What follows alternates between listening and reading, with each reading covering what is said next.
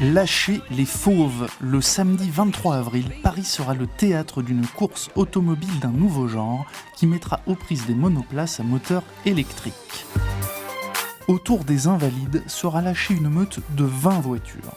Pas de bruit, pas d'émission de CO2, mais 230 chevaux pour 888 kg.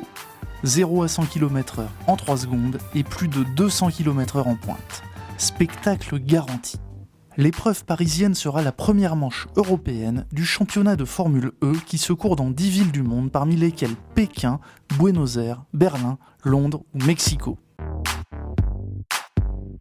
Pour les pilotes français, comme Loïc Duval, vainqueur des 24 heures du Mans 2013, la perspective d'une victoire à Paris soulève l'enthousiasme. C'est sûr que s'il y a un meeting à gagner en Formule E cette année, pour un pilote français, ce serait ici. Après, on verra ce qu'il en sera, mais en tout cas, tout ce qu'on peut voir pour le moment en amont de cette course est très très positif.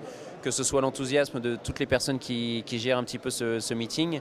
On a pu voir le tracé ce matin, il y a l'air d'y avoir de belles choses devant nous.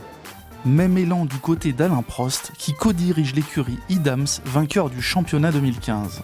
Si je me réfère un peu à mon passé de pilote de F1, gagner le Grand Prix de France, ça a toujours été un objectif et une vraie joie, presque concrétisation dans une saison. Et tout le monde va vouloir gagner cette course, ça c'est sûr.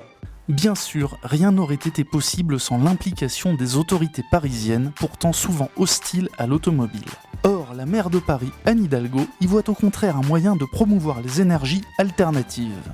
Partir d'un événement qui existe déjà à l'échelle internationale, qui est une vraie compétition à l'échelle internationale, une vraie compétition de sport de très haut niveau, et d'accélérer la recherche et donc tout ce qui peut permettre à la mobilité électrique en ville de s'imposer plus rapidement.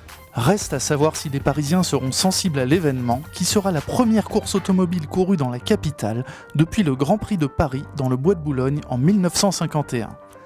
Pour le moment, pas grand monde ne semble au courant. Pas du tout. Pas du tout. Non, pas du tout, non. Pas du tout. Pas du tout. Non, non. Moi, vous voyez, je me promène en trottinette, donc j'essaye de faire mon geste écologique. J'espère que ça aura un grand succès, parce que je pense que c'est l'avenir. 15 000 billets seront mis en vente pour cette épreuve dont la portée dépasse le simple cadre sportif. Parce qu'il s'agit d'accueillir le monde entier dans un contexte international difficile et parce que Paris est candidate au JO 2024. In this queue are using up more energy than